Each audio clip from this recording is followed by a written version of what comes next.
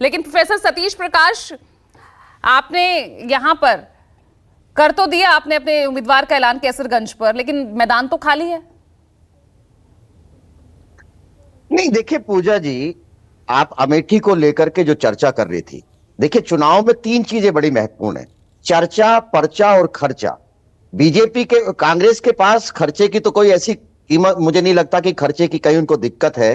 पर्चा भी वो शामिल कर देंगे, लेकिन इससे पहले चर्चा कहीं ना कहीं वो कराना चाहते हैं। और चर्चा को लेकर के आपके संवाददाता जब अमेठी में गए, तो एक चर्चा यहां अमेठी में यह भी है कि राहुल गांधी को जानबूझ करके हराया गया। और एक व्यक्ति यह भी कह रहा है कि ईवीएम को लेकर के एक संशय है। इस देश में एक चर्चा और भी है। प्रथम और द्वितीय चरण का चुनाव समाप्त हो चुका, 60% मत के साथ समाप्त हुआ। ईवीएम स्ट्रांग रूम में लॉक है, लेकिन चुनाव आयोग यह कह रहा है कि अभी भी मतदान जारी है। और मतदान बढ़कर के 60% से 66% तक अगर पहुंच गया है, तो आम व्यक्ति के, नेताओं के मन में यह संशय पैदा होता है कि चुनाव लड़े या ना लड़े। हो सकता है कि कांग्रेस भी इस तरह के दौर से गुजर रही हो। देखिए, मेरा कहना यह है कि आज वो समय है, हमको इस तरह की जो भ्रांतियां हैं, इन तरह की बातें हैं। अभी गिरी साहब एक बात कह रहे थे कि भारत की दुनिया की सबसे बड़ी पार्टी कैसे 420 का जो आंकड़ा है, 420 का जो लक्ष्य है, उसको उसको अचीव करे।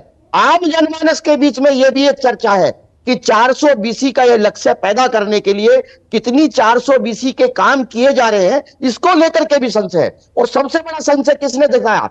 जो आपको ब्रजभूषण जी बता रहे थे, ये एक पूर्वांचल की भाषा में इसको सोहर बोलते हैं। और ये सोहर ये नहीं है कि रामायण के काल का सोहर है। एक हिरणी और एक हिरण के बीच का संवाद है।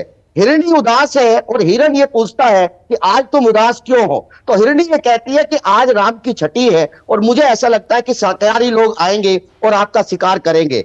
और वो हिरणी जब शिकार हो जाता है और उसके बाद वो रामचंद्र जी के घर पे जाती है और बाकायदा उनकी माता से ये कहती है कि मुझे वो खाल जो है आप दे दीजिए ताकि मैं उसको बजा सकूं और हिरण की याद आ सकूं। तो वो जब जब जब वो कहती है कि ये तो मैंने रामचंद्र जी के लिए एक बनाने के लिए एक इंस्ट्रूमेंट बना दिया है।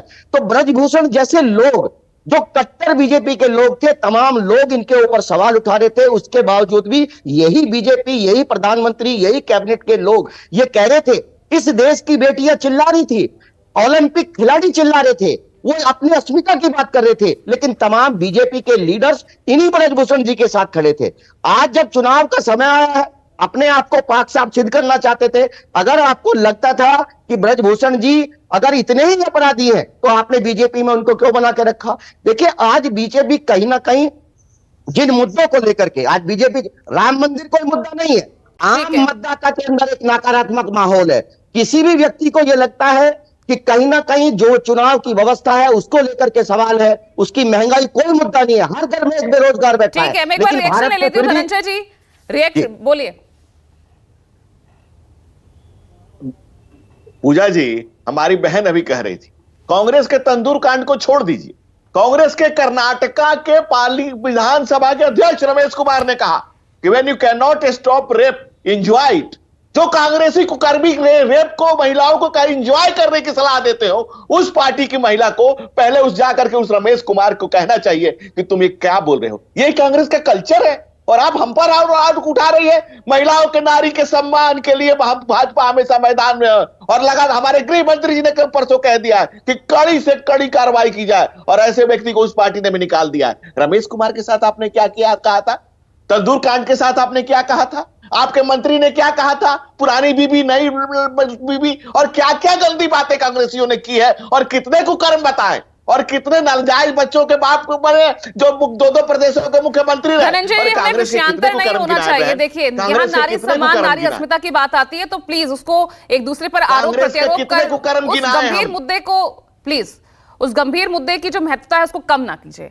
लेकिन मैं सीधा, क्योंकि आज हमारा सीटों को लेकर सवाल है धनंजय जी का, तो कोई अधिकार ही नहीं बनता है। कम से कम रमेश कुमार का आपके चेहरा देख ले आप, जिन्होंने महिलाओं को बलात्कार एंजॉय करने की सलाह दी थी और पार्लियामेंट में कहा था, विधानसभा का अध्यक्ष ने कहा था। कांग्रेस कम से कम इस विषय पर बोलने की अधिकारी नहीं रह गई है। आपको कांग्रेस को कम से कम इस विषय पर नहीं बोलना चाहिए। ठीक है, मेरी दोनों पार्टियों से रिक्वेस्ट है। धनंजय जी वापस से मुद्दे पर आइए। सीटों को लेकर आज हम यहाँ चर्चा कर रहे हैं। कैसरगंज से आप भी यहाँ पर कोई अनाउंसमेंट नहीं करते हैं तो सवाल उठेंगे ना।